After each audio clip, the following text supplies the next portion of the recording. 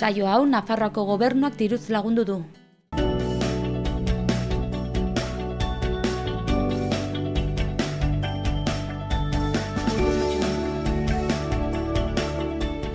Arratsaldeon guztioi eta ongitorriak Xaloa telebistara egunez egun Iruñerriko txaketa zaratak saioan gaituzue. Gaurko elkarrizketen tartean bi gonbidatu izanen ditugu, lehenik eta behin Nafarroako bertsolari txapeldunarekin izanen gara, Julio Sotorekin, eta beste alde batetik Euskal Herrian euskarazeko kide batekin izanen gara, Urko Ayerberekin, izan ere Euskaraz gara liburuxka argitaratzeko proiektua eskuetan dute, eta horren inguruko informazio gehiago emanen digu Urko Ayerbek. Horren aurretik egunero bezala Itziberriturriarekin eguneko lerroburu nagusiak ikus ditzagun. Arratsaldeon Larraitz, hauxe dira gaurko asteazken honek utzi dizkigun lerroburuak.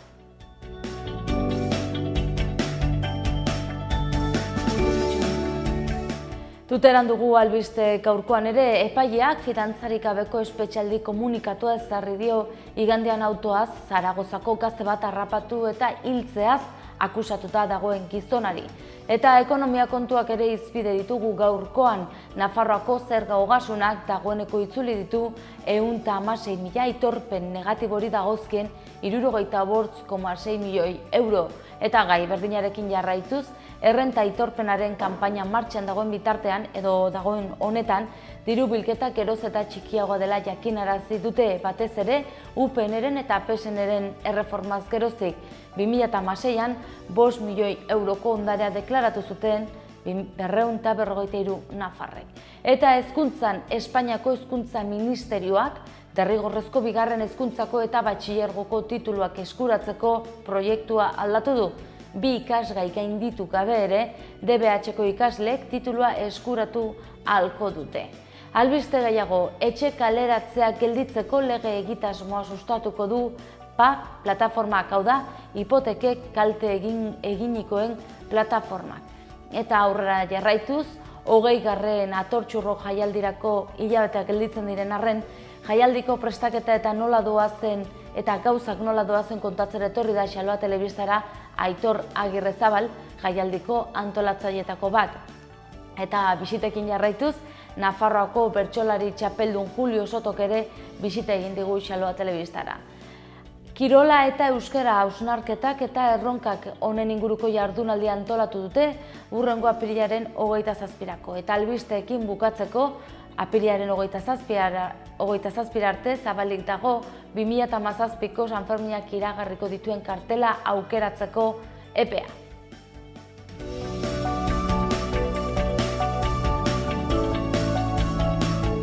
Eskerrik asko Itziberriturria eguneko lerroburu nagusien berri ematagatik, orain egunkarietako azalekin aurrera eginen dugu, Diario Navarrarekin lehenik eta behin.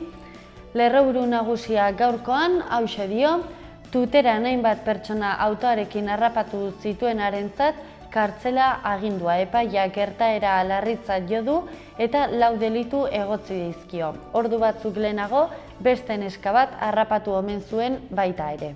Gaurko argazkiko protagonista nagusia Abel Barriola dugu, izan ere Labriteko bihotzean izan zen atzo, lerroburu nagusiak dioen moduan, agur jendetsu eta hunkigarria Leitzako pilotariari. Eta Labrit frontoieko argazkia ikusi dezakegu, jendez gainezka eta Abel Barriola bizkarrez. Bukatzeko beste bi albiste gehiago, Rajoyek lekuko gisa deklaratuko du Gürtel kasuan, eta bukatzeko Foru Gobernuak udalerrietako izendegi elebiduna bultzatuko du. Eta aurrera egin dezagun Diario Noticias egunkariarekin, lerroburu nagusiak iruzur kontuak, Rajoy epaile aurrean, PP alderdiaren B-kaxaren inguruan lekuko gisa deklaratu beharko du Gürtel kasuan.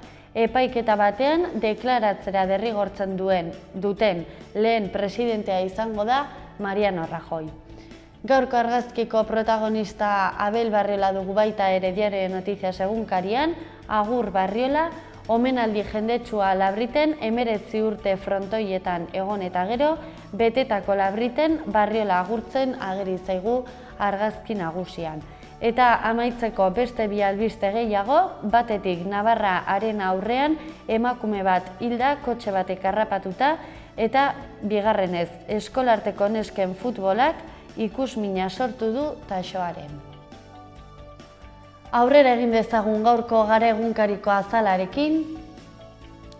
Lerroburu nagusia hauxe dio gaurkoan, porrotak astindua eman die Nafarroako kontratei UPNren burbuila eta gero.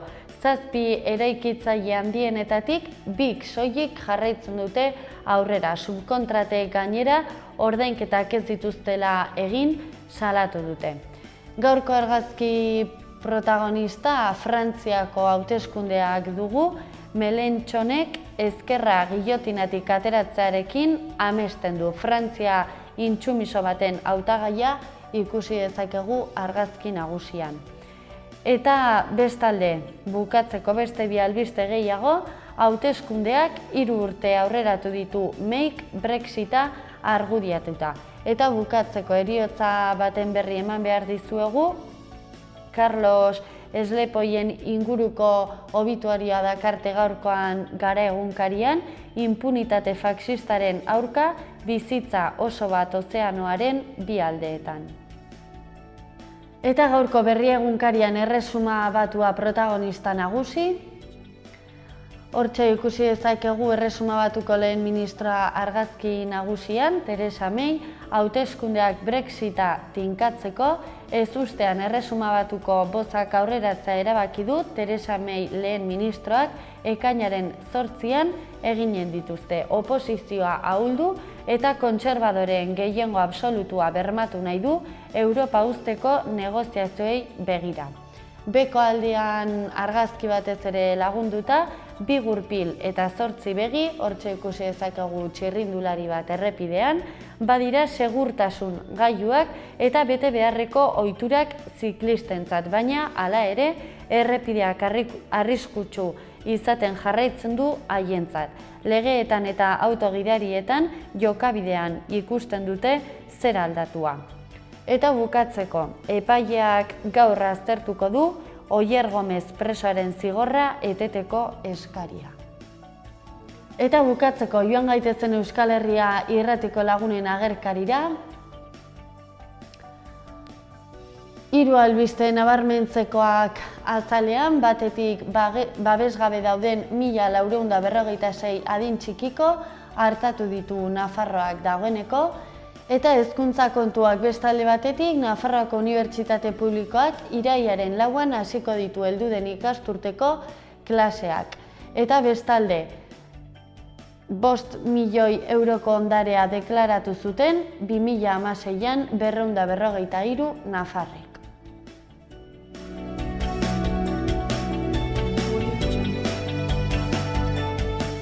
Apirilak 19 dugu gaurkoan asteazkenei, ikus dezagun zenolako albisteak utzi dizkigun gaurko egunak Iruñean eta Iruñ herrian.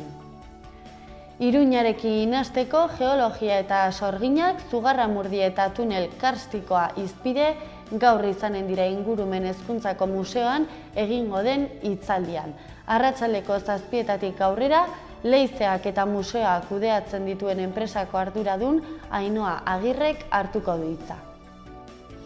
Eta bestalde Iruñeko udalak 800.000 euro banatuko ditu espaloi eta errepideak errazten dituzten 6 gailu erosteko.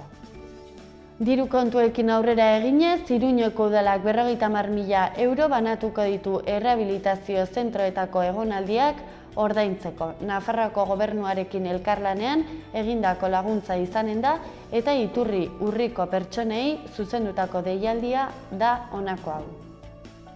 Bestalde, aste honetako hitzordu batekin aurrera eginen dugu, Hezkuntza Ingurumen Museoa jostailu truke azoka izanen du ostegun honetan, museoak, goizez zein arratsaldez egonen da azoka.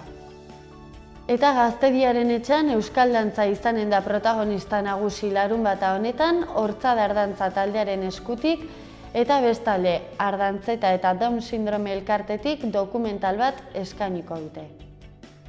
Eta aurrera egin dezagun Hego Esibarrekin asteazkenero egiten dugun moduan, San Pedro martiriaren erromeria apirilaren 30ean ospatuko dute, 1609 geroztik Elkano, Ibiriku eta Egues herriek erromeria egiten dute urtero. Aurtengo erromeria apirilaren 30ean izanen da aipatu dizugun moduan, prozesioa goizeko 11:04 aterako da Eguesetik eta Elkano gurutzatu ondoren Ibirikura helduko dira eguerdiko 12etan.